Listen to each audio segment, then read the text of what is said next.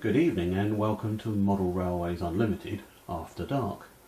I thought we'd try and have a look at the lights on the Kernow steam rail motor. So here she's just coming round the corner now.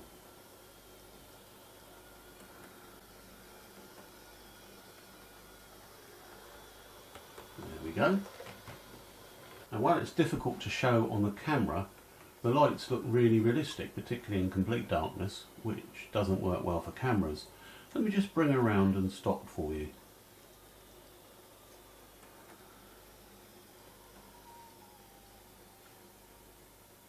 And there she is. Oh look, the lights have stayed on. Stay alive for normal DC. Now we know what the big capacitor is in the guards compartment.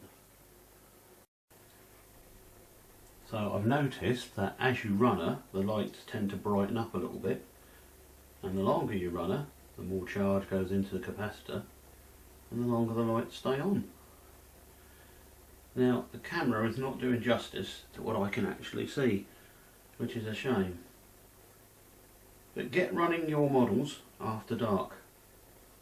What a fantastic little feature.